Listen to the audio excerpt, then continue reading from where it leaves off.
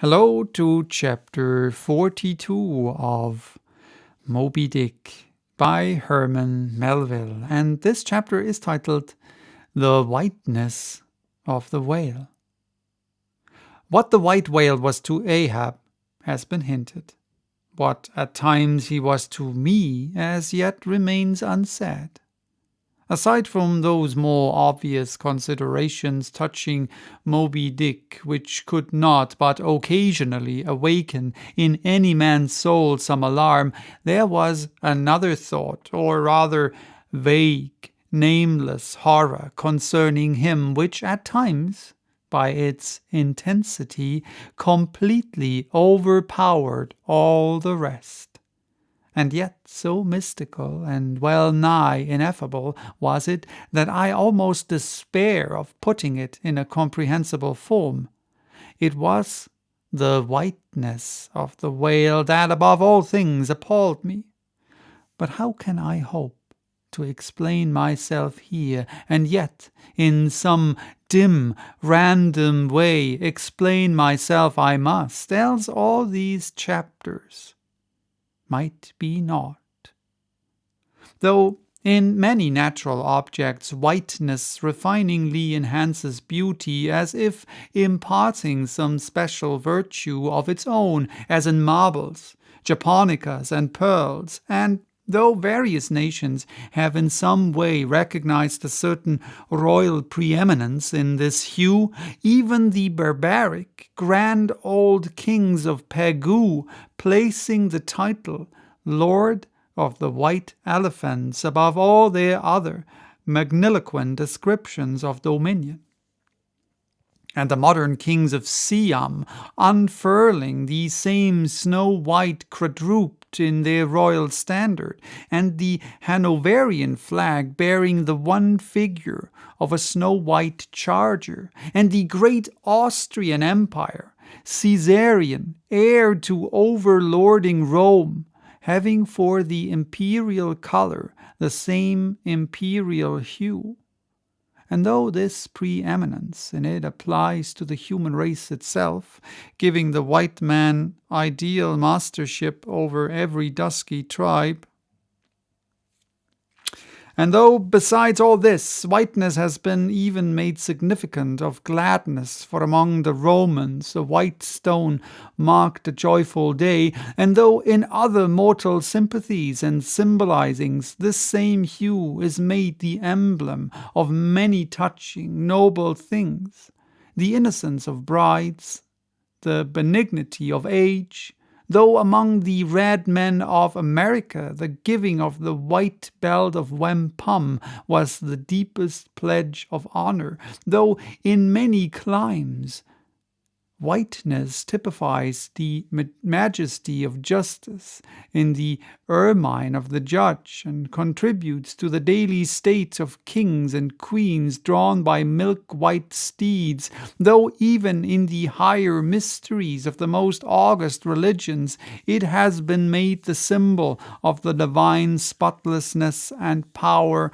by the Persian fire worshippers, the white forked flame being held the holiest on the altar, and in the Greek mythologies, great Jove himself being made incarnate in a snow-white bull, and though to the noble Iroquois the midwinter sacrifice of the sacred white dog was by far the holiest festival of their theology, that spotless, faithful creature being held the purest envoy they could send to the Great Spirit with the annual tidings of their own fidelity. And though directly from the Latin word for white, all Christian priests derive the name of one part of their sacred vesture, the alb or tunic, worn beneath the cassock, and though among the holy pomps of the Romish faith, white is specially employed in the celebration of the Passion of our Lord, though in the vision of St. John, white robes are given to the redeemed, and the fir and 20 elders stand clothed in white before the great white throne, and the Holy One that sitteth there white like wool. Yet for all these accumulated associations with whatever is sweet and honorable and sublime, there yet lurks an elusive something in the innermost idea of this hue which strikes more of panic to the soul than that redness which affrights in blood. This elusive quality it is which causes the thought of whiteness when divorced from more kindly associations and coupled with any object terrible in itself to heighten that terror to the furthest bound. Whiteness, the white bear of the poles and the white shark of the tropics, that but their smooth, flaky whiteness makes them the transcendent horrors they are?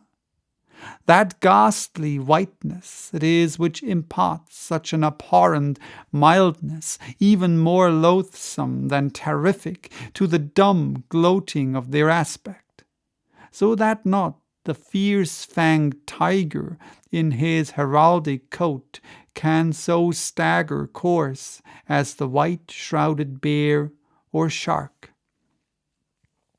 Bethink thee of the albatross, whence come to those clouds of spiritual wonderment and pale dread in which that white phantom sails in all imaginations? Not Coleridge first threw that spell, but God's great unflattering laureate, Nature.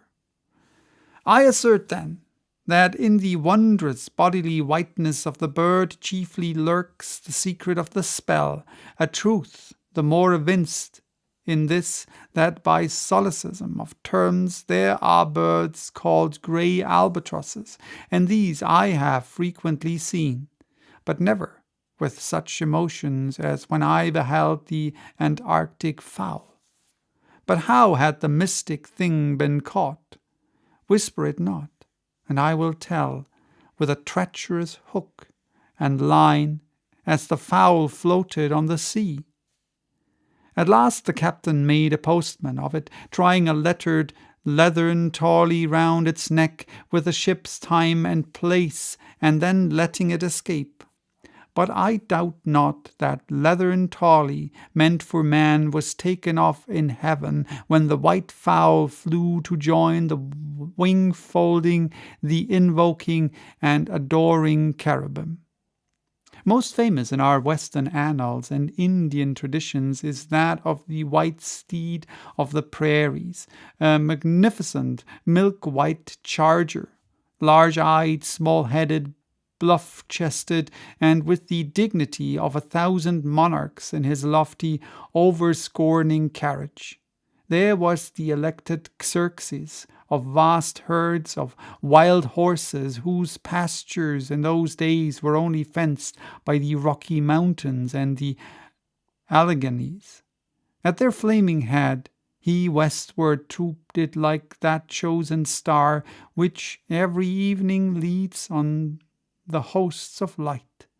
The flashing cascade of his mane, the curving comet of his tail, invested him with housings more resplendent than gold and silver beaters could have furnished him.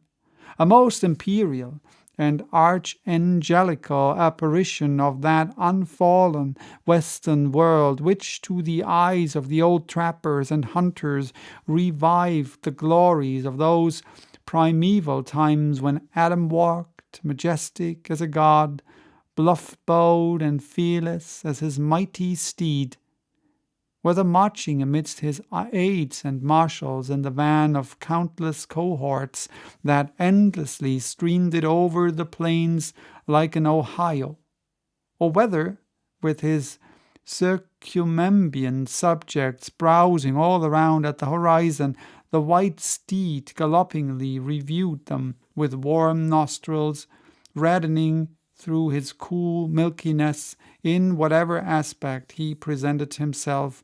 Always, to the bravest Indians, he was the object of trembling reverence and awe. Nor can it be questioned from what stands on legendary record of this noble horse, that it was his spiritual whiteness chiefly which so clothed him with divineness, and that this divineness had that in it which, though commanding worship, at the same time enforced a certain nameless terror. But there are other instances where this whiteness loses all that accessory and strange glory which invests it in the white steed and albatross. What is it that in the albino man so peculiarly repels and often shocks the eye, as that sometimes he is loathed by his own kith and kin?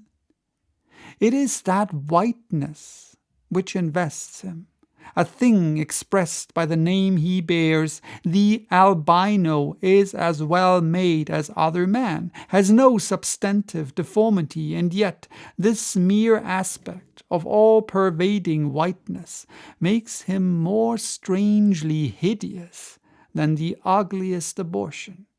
Why should this be so? Nor in quite other aspect does nature in her least palpable, but not the less malicious agencies fail to enlist among her forces this crowning attribute of the terrible.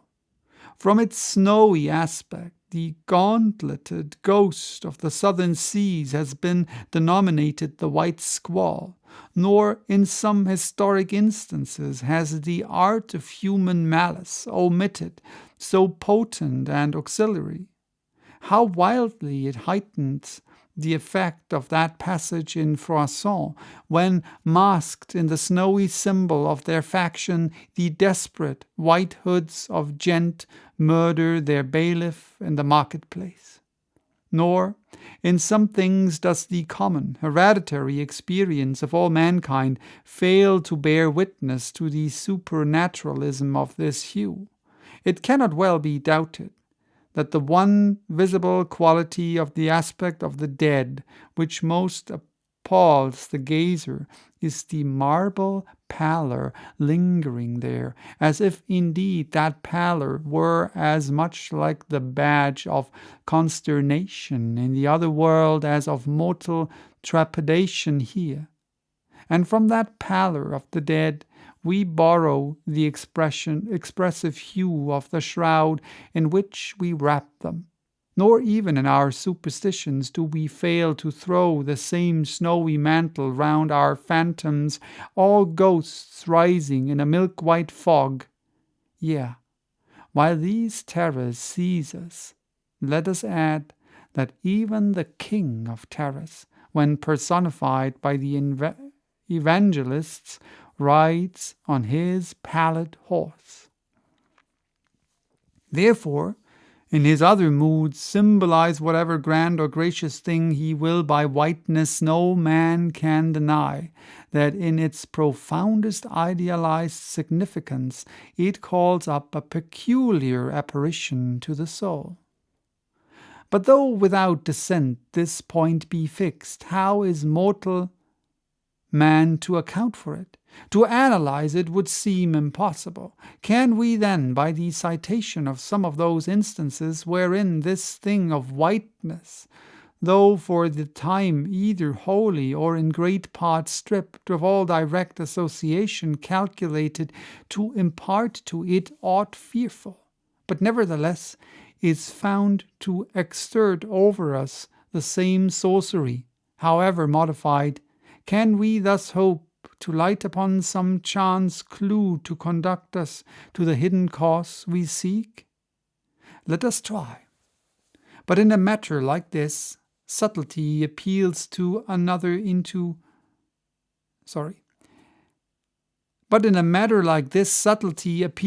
subtlety, and without imagination no man can follow another into these halls, and though doubtless some at least of the imaginative impressions about to be presented may have been shared by most men, yet few perhaps were entirely conscious of them at the time, and therefore may not be all may not be able to recall them now. And I think I'll stop for today. Bye-bye. Till next time with the rest of chapter 42.